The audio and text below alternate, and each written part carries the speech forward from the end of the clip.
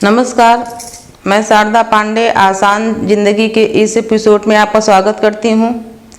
जैसा कि पिछली कड़ी में भगवान श्री हरि विष्णु जी के पूजन के बारे में चर्चा हुई है, इस कड़ी में मैं हलषष्ठी माता के पूजन, व्रत और कहानियों के बारे में बताऊंगी। हलषष्ठी बाद में नाम पड़ा है, पहले षष्ठी माता के नाम से जाना जाता था।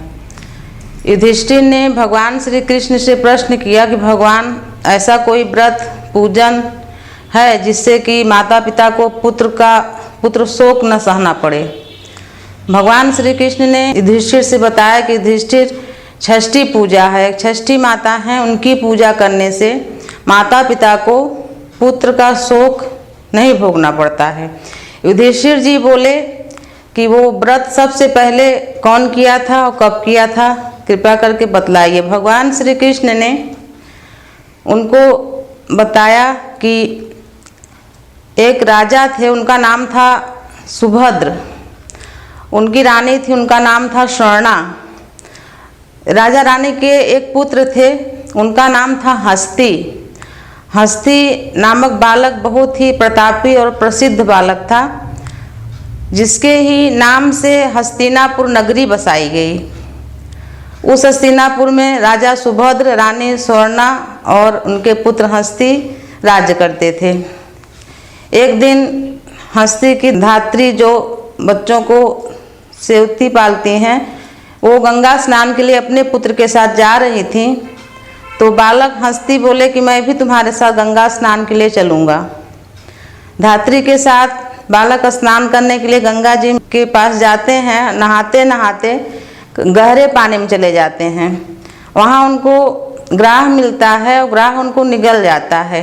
ये बात रानी और राजा को जब पता चलती है तो रानी राजा अत्यंत दुखी होते हैं और दुखी होके जो धात्री का पुत्र था उसको भाड़ में, जलती हुई भाड़ में डलवा देते हैं। और उसके बाद रानी भी अपने प्राण को त्यागने जा रही थी, राजा भी अपने प्राण को त्यागने जा रहे थे।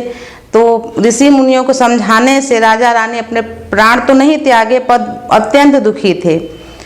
राजा और रानी दोनों अत्यंत दुखी थे। उधर धात्री राजदंड के भय से घोर जंगल में जाके रहने लगी। वहाँ घोर जंगल में एक मंदिर थी। उस मंदिर में भगवान शिव, माँ पार्वती के साथ भगवान श्री गणेश और कार्तिकेय की मूर्ति थी। वो धात्री माता वहाँ पे रोज भगवान श्री भोलेनाथ, माँ पार्वती, भगवान श्री गणेश, स्वामी कार्तिकेय का पूजन करती थी। क्योंकि वो जंगल था, वहाँ कोई ऐसी चीज़ नहीं थी जो कि भगवान को चढ़ाए। तो वहाँ उस धात्री को महुए का फल, कोदो का चावल और वहाँ जंगली भैंसें रहती थी, उनसे कुछ दूध निकाल लेती थी वो माता। तो उसी चीज़ का वो खुद सेवन करती थी। पहले भगवान को भोग लगा देती थी और उसी चीज़ का खुद सेवन करके और पलाश के पत्ते और कुश के घास से एक मंडप बना के मंदिर के पीछे निवास करती थी। काफ़ी दिनों तक वो धात्री इस कर्म को करती रही। एक दिन भगवान शिव जी स्वप्न में उसको बताया कि धात्री, तेरा पुत्र जीवित हो जाएगा। धात्री ये स्वप्न का बात बिल्कुल निरर्थक मानी, बोली हमारे पुत्र को तो कितने दिनों हो गया, राजा भाड़ में डलवा दिए थे, वो तो जल के मर गया। हमारी ही ऐसी श्रद्धा होगी जो कि भगवान हमको ऐसा स्वप्न दिए। किसी से नहीं बताया इस स्वप्न को, किससे बताया? वहाँ तो कोई जंगल में था भी नहीं, भगवान थे, वो धात्री थी। इसके बाद वो धात्री का पुत्र राज्य में जो भाड़ में डलवा दिए थे, अनायास ही उस भाड़ से निकल के आया। वो बात राजा रानी और बाकी राज्य के सभी लोग देखे, बड़े आश्चर्य में पड़े। राजा रानी महर्षियों को, पंडितों को बुलवाए और पूछे कि ये क्या चमत्कार है, ये कैसे हुआ, बताइए। तमाम ऋषि मुनि के साथ महर्षि दुर्वासा ऋषि भी आए। दुर्वासा ऋषि ध्यान से देखे कि ये सब कैसे हुआ। दुर्वासा ऋषि ध्यान से देखने के बाद बताया कि राजा, जिस धात्री को आप इस राज्य से निकाल दिए हो, वो घोर जंगल में भगवान शिव, माता पार्वती, भगवान श्री गणेश और स्वामी कार्तिकेय जी का नित्य प्रतिदिन पूजा करती है, जिनको महुआ का और कोदो के चावल और भैंस के दही का भोग लगाती है और खुद उसको खाती है। धाग पलाश के और कुश के मंडप को बना के उसमें रहती है। उसी के पुण्य प्रताप से धाय का पुत्र जीवित आ गया है। आपको उस धाय के पास अतिशीघ्र जाना चाहिए और उससे इस व्रत और पूजन का विधि पूछना चाहिए। ऋषि मुनियों को, पंडितों को साथ लेकर आगे करके राजा और रानी उस धाय को ढूंढते ढूंढते गाजे बाजे के साथ उस बालक को भी लेकर, जो बालक भाड़ से जीवित वापस आया था, उसको भी लेकर खोजते खोजते बिहड़ जंगल में गए, जहाँ एक मंदिर थी भगवान शिव, माता पार्वती, स्वामी कार्तिकेय और भगवान श्री गणेश जी का।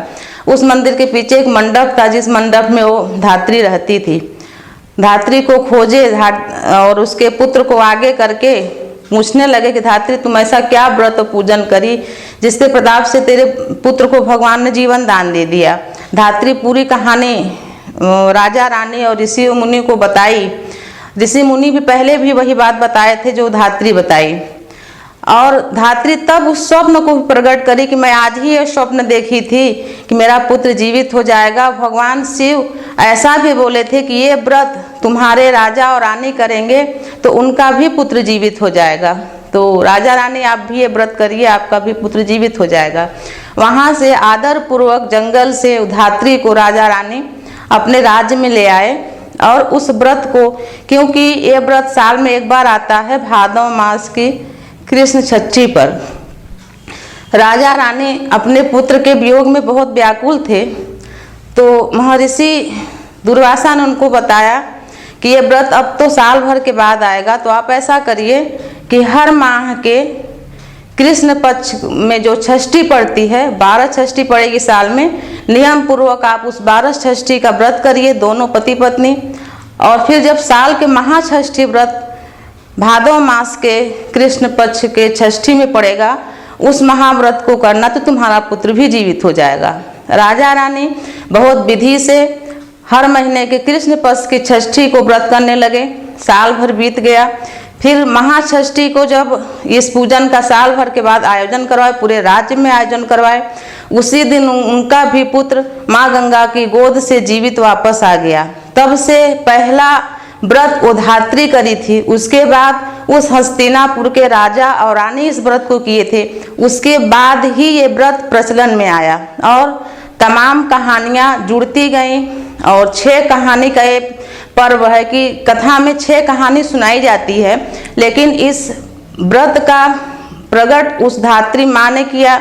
हस्तिनापुर में वो राजा रानी और पूरे राज्य में मनाया गया। उसके बाद ये व्रत को आगे मनाते मनाते कई कहानियाँ जुड़ती गई और बहुत चमत्कार होते गए। जैसा कि मैं आपको इस व्रत के कहानी के बारे में और भी बताऊंगी।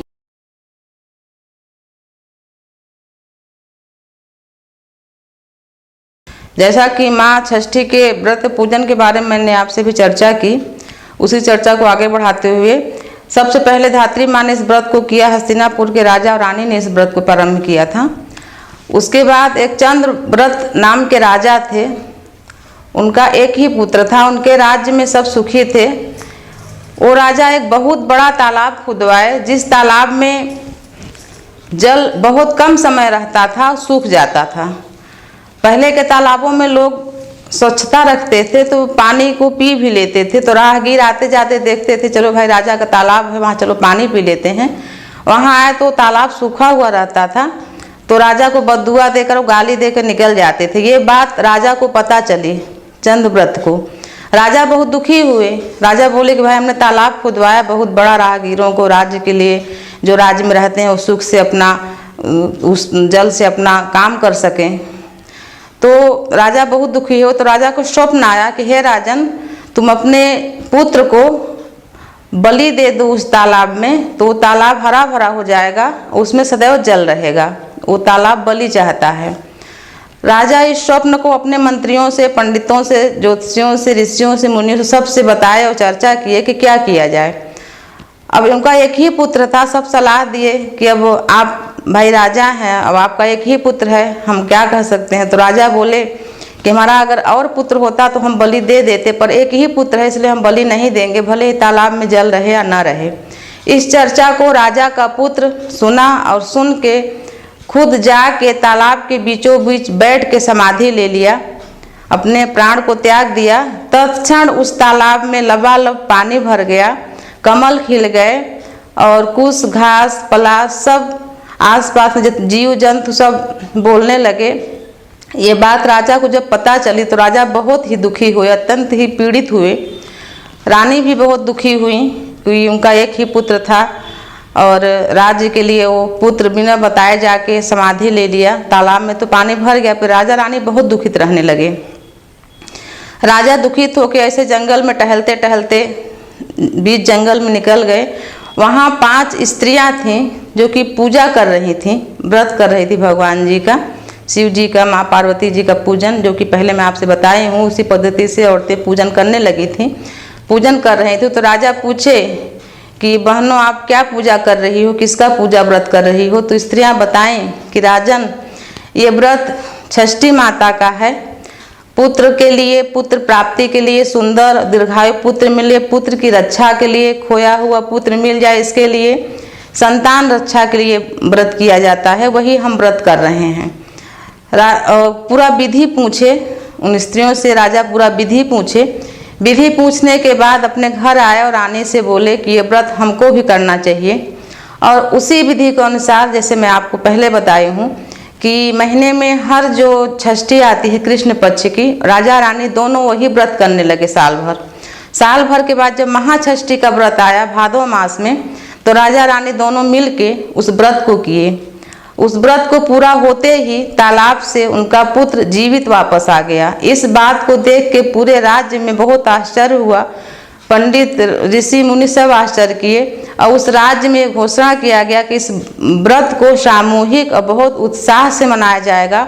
तभी से यह व्रत उस राज्य में भी मनाया जाने लगा। और ये जो तालाब की कहानी है, पहले तालाब की कहानी नहीं जुड़ी थी हलषष्ठी माता के व्रत में, पहले षष्ठी माता के नाम से ही व्रत जाना जाता था। तो जब पूजा करने लगे तो तालाब को भी जोड़ा गया कि तालाब के किनारे जाके पूजा करो, या जो तालाब या नदी के किनारे न जा सकें तो छोटा सा तालाब बनाते हैं और उसमें कुश यानी कि तालाब के आसपास कुश होता ही है, पलाश और जो भी पत्ते होते हैं उनको, और कमल भी डालते हैं। और ये भी मान्यता है कि जब हम तालाब बनाते हैं और षष्ठी माता का पूजा करते हैं तो वो जो राजा का पुत्र जो अपना बलिदान दिया था, तो उस मान्यता के स्वरूप एक मिट्टी का हम छोटा सा बालक बनाते हैं। उस बालक को मस्तक पर चंदन लगा के, उसको सिर में पगड़ी बांध के और एक वस्त्र भी पहना के पूजन के समय पास में रखते हैं। पूजन के बाद उस छोटे से तालाब में उस बालक की जो मूर्ति है उसको डाल देते हैं। इसको हम बलि बोलते हैं, यानी कि हम बलि देते हैं अपने सुख समृद्धि के लिए, कि जैसे उस राजा का पुत्र ने अपना बलि देकर उस राज्य के लोगों को जल से संतुष्ट किया। हे षष्ठी माता, हम इस छोटे से पुतले को बना के आपको बलि दे रहे हैं। हमारा भी घर परिवार, आसपास के जो लोग हैं वो सब धर्मी कर्मी और सुखी रहें, संपन्न रहें। इसी तरह से कहानियाँ जुड़ती गईं और पूजा पाठ में विस्तार होता गया। हल षष्ठी का व्रत मतलब षष्ठी माता का व्रत है। हल षष्ठी व्रत इसलिए पड़ा कि भगवान श्री कृष्ण की जो माता थी देवकी, उनके 6 पुत्रों को कंस ने वध कर दिया था। तो भगवान नारद जी एक बार ऐसे घूमते घूमते उस राज्य में आए और देवकी माता से मिलने की इच्छा जाहिर की। तो कंस ने उनको देवकी से मिलने दिया। नारद जी देवकी के पास गए और उनका हाल चाल पूछा। देवकी बहुत दुखी थी, बोले ऋषिवर, हमारे 6 पुत्रों को भाई कंस ने मार दिया है और 7वें बार मैं फिर गर्भ से हूँ, इस पुत्र की कैसे रक्षा हो, और एक पुत्र जो और होगा उसकी कैसे रक्षा हो। नारद जी ने उनको बताया कि देवकी, तुम हलषष्ठी माता का पूजन और व्रत करती रहो तो तुम्हारे इस पुत्र की और अगले पुत्र की भी रक्षा होगी। उसके बाद भगवान नारद जी उनको बताए कि एक योग माया के प्रभाव से तुम्हारे इस गर्भ को, जो देवकी की वसुदेव जी की जो बड़ी पत्नी है रोहिणी जी, उनको तुम बुलवाओ और हम योग माया के प्रभाव से उस तुम्हारे गर्भ को उनके गर्भ में स्थापित कर देंगे और तुम्हारा पुत्र जीवित रहेगा, सुरक्षित रहेगा। देवकी ने उनकी बड़ी पत्नी को रोहिणी को बुलवाई और योग के बल से बलदाऊ को, जो कि बाद में उनका बलदाऊ नाम पड़ा, उस गर्भ को रोहिणी के गर्भ में स्थापित करवा दी, जो कि 6 महीने माता देवकी के गर्भ में थे और 3 महीने रोहिणी जी के गर्भ में थे। और नंद जी के यहाँ बलराम जी का जन्म हुआ। बलराम जी अति बलिष्ठ थे, इसलिए उनको बलराम जी भी कहते हैं, बलदाऊ भी कहते हैं। उनका शस्त्र हल है। और बलराम जी के जन्म उत्सव भी इस षष्ठी के दिन ही मनाया जाता है। बलराम जी का जन्म भी षष्ठी के दिन ही हुआ था। बाद में बलराम जी का जो शस्त्र था वो हल था, इसलिए इस व्रत को हल षष्ठी के नाम से भी जाने। और गोकुल में जहाँ भगवान नंद जी का घर था, वहाँ उस तरफ हल का भी पूजा होता है। षष्ठी के दिन हल का भी पूजा होता है, क्योंकि भगवान श्री बलदाव जी का वो शस्त्र था। उसके बाद माता देवकी ने इस व्रत को निरंतर करती रहीं, और इसीलिए भगवान श्री कृष्ण का भी योग माया के द्वारा ही भगवान वसुदेव अर्ध निद्रा में भगवान श्री कृष्ण के जन्म हो जाने के बाद नंद बाबा जी के यहाँ पहुँचा दिए। ये योग माया का ही और षष्ठी माता का ही प्रताप था, जो कि भगवान बलराम और भगवान श्री कृष्ण माता देवकी के व्रत करने से जीवित रहे, दीर्घायु रहे। इसी कथा को मैं आगे बढ़ाते हुए आपको एक कथा और बताती हूँ। उज्जैन नगरी में एक राजा थे, उनकी 2 रानियाँ थीं, रेवती और मानवती। तो रेवती को कोई पुत्र नहीं थे, मानवती जी को 2 पुत्र थे। रेवती इस बात से बहुत जलती थी कि मानवती को 2 पुत्र हैं, उनके पुत्र नहीं हैं। रेवती छल कपट करती थी। एक दिन ऐसे छल कपट से मानवती को बोली कि बहन, तुम्हारे पिता बहुत बीमार हैं और एक राहगीर ने ऐसा कहा है, तुम्हें बुलाया है, इसलिए तुम जाके अपने पिता को देख आओ। मानवती जी हड़बड़ा के अपने पिता को देखने चली गई। अपने दोनों पुत्रों को रेवती के पास छोड़ गई। बोली, बहन आप इनको देखना, हम अपने पिता को देख के आते हैं। मानवती अपने पिता के घर गई। उनके पिता वहाँ स्वस्थ थे, प्रसन्न थे। पिताजी से पूछी, पिताजी आप स्वस्थ हो? बोले हाँ। बोले किसी राहगीर ने हमारे यहाँ सूचना दी कि पिताजी बीमार हैं, आप हमको बुलवाए, तो इसलिए हम चले आए। बोले नहीं बेटी, ऐसा कुछ नहीं है। फिर मानवती जी वापस आने लगी तो उनकी माँ बोली कि बेटी तू आई है तो षष्ठी माता का पूजन है, आज मत जा, कल चले जाना। मानवती जी बोली ठीक है माता, ऐसा ही होगा। इधर जो उनकी सौतन थी रेवती, उनके दोनों पुत्रों को मार के और जंगल में फेंकवा दिया। सौतिया डाह के कारण मार के उनको जंगल में फेंकवा दिया। उधर मानवती वहाँ पर हलषष्ठी माता का पूजन किया, उस दिन व्रत किया और माता हलषष्ठी से प्रार्थना की कि माता हमारे 2 पुत्र हैं, उनकी सदैव सुरक्षा हो, पुत्र दीर्घायु रहे, उनके ऊपर कोई संकट ना आए। अगर उनके ऊपर राह में जीवन में कभी कोई संकट आए भी तो आप खड़ी रहना, आप उनको बचाना, ऐसी प्रार्थना करी। हलषष्ठी का व्रत पूजन पूरा हुआ। सुबह प्रसाद ग्रहण करी, पारण करी, प्रणाम करी माता पिता को और मानवती अपने ससुराल को लौटने लगी। रास्ते में जंगल में अपने दोनों पुत्रों को खेलते हुए देखा और बड़े आश्चर्य से दोनों पुत्रों से पूछी कि तुम लोग महल से इस जंगल में कैसे आए हो? दोनों पुत्रों ने बताया, माता रेवती माता ने हम दोनों को मार के इस जंगल में फेंक दिया था, तो कोई देवी आई हमको जिंदा कर दी। हम उनको पूछे आप कौन हो? तो षष्ठी माता हूँ करके हमको बताएं कि मैं षष्ठी माता हूँ और मैं तुमको जीवित कर रही हूँ और अभी तुम्हारी माँ आएगी तो उनके साथ तुम महल को चले जाना। मानवती देवी बहुत ही गदगद हुई, बहुत ही प्रसन्न हुई। उनके मन में इतनी श्रद्धा बढ़ गई कि वो आके अपने दोनों पुत्रों को साथ लाएं और सबसे बताएं कि ऐसा ऐसा हमारी जो सौत हैं रेवती ऐसा ऐसा करी थी और माँ हलषष्ठी की कृपा से हमारे दोनों पुत्र सुरक्षित हैं और सुखी हैं। ये भी कहानी एक माता हलषष्ठी की कहानी से ही जुड़ती है। और कहानियाँ हैं जो कि मैं आपको आगे बता रही हूँ।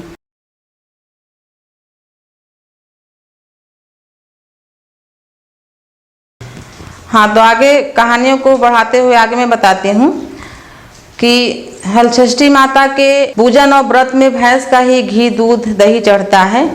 इसका मैं मान्यता आपको पहले बता चुकी हूँ कि धात्री माता वहाँ जो दही चढ़ाती थी वो जंगल में भैंस का ही दही चढ़ाती थी।